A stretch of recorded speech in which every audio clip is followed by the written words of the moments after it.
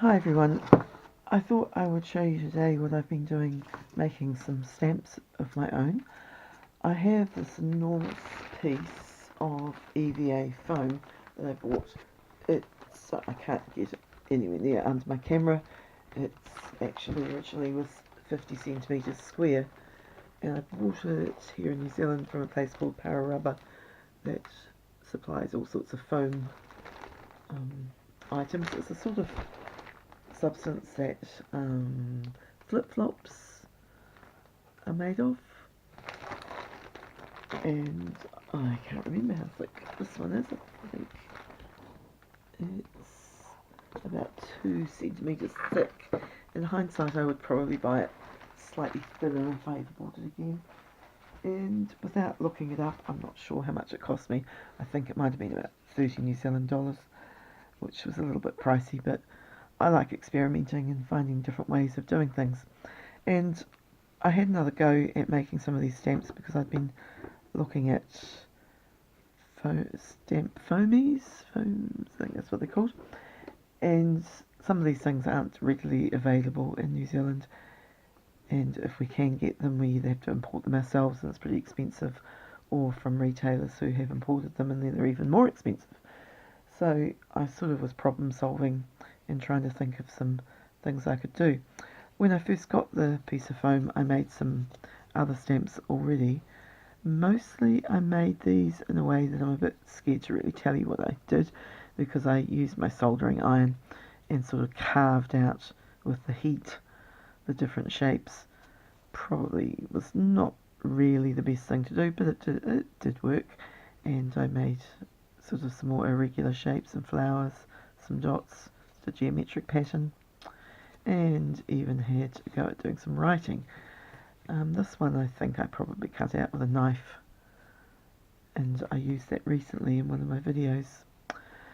So I had another go, and I really had a look at this because I was looking up the stamp foamies, and then I thought I'll have a little explore and see if I can find anything about using this foam, and I came across a place where they were using thinner sheets of it to make sort of replica armour for people who I guess do some sort of shows or something, or just do that as a hobby type thing.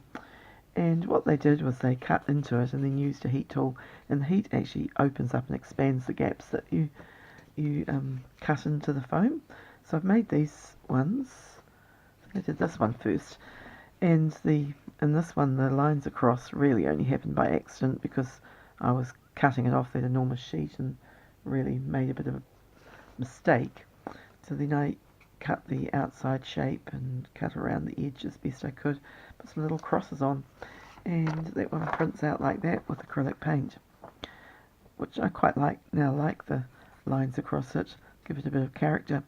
So what I did for this one is I used some cookie cutters and gave myself the basic shape and then just worked with that afterwards.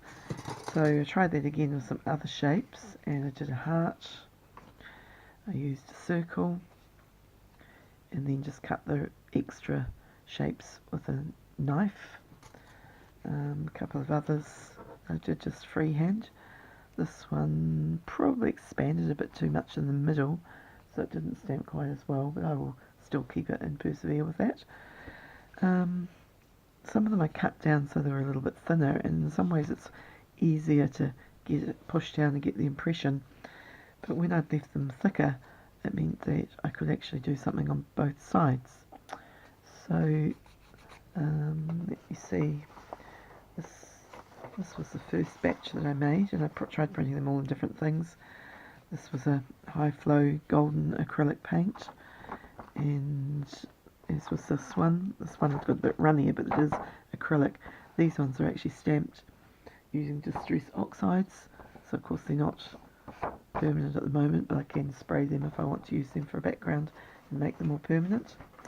So on my second batch of cutting, I got the heart, which you can see there, again with acrylic paint. I just used some craft paints here.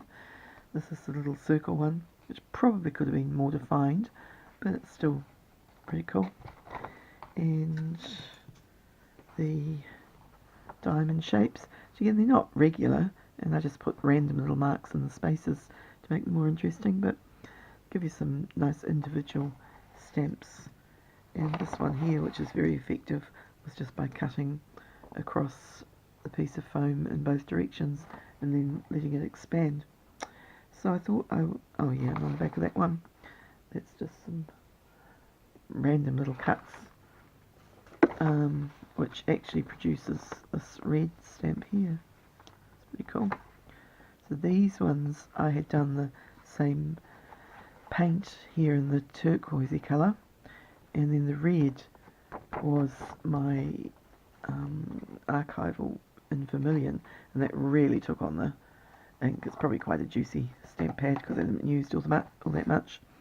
And then, don't know if you can see just here, there's a yellowy colour, which was the stamp here, and using this little Simon Says stamp and a hybrid stamp pad, so just using all those primary colours, and it looks pretty cool, and I'll be able to use that in a journal page.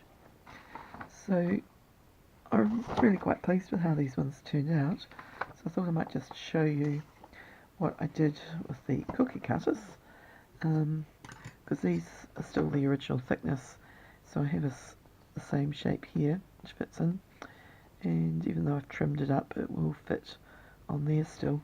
So what I did was heated the foam just for a minute or so, and you can see it does actually slightly change quite quickly. I did try heating the cookie cutter, but it got very hot straight away, so I think this is actually safer. It doesn't burn your hands quite so much.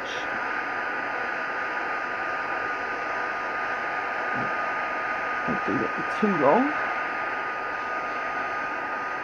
And then I just pushed this into the foam. I mean, you probably can do it without the heating, but I think it just does go in a little bit easier, because that's quite sharp to push down. Got myself something hard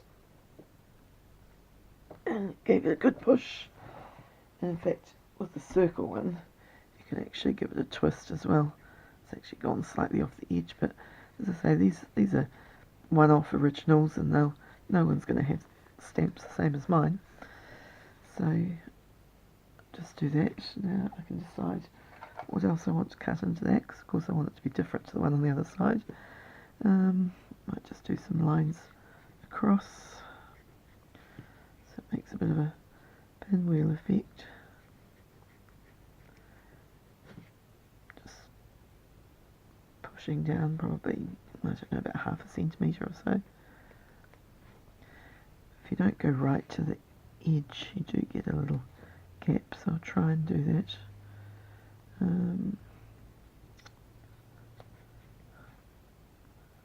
Do those ones so they don't quite go to the middle, because I think if you do too much, and they'll keep opening up, and I might get that same problem I've got there, where it probably opened a little bit too much. And all I need to do then is just heat that.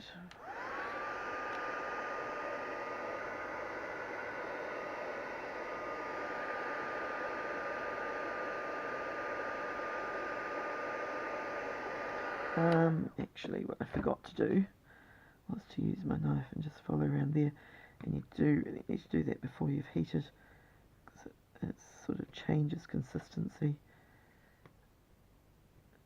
The properties change a little bit as you heat it, and I just realised I hadn't done that. So because of the way I've trimmed this underneath, it's not going to quite be a regular circle. And you can see that the lines are opening up quite quickly. It doesn't take long at all.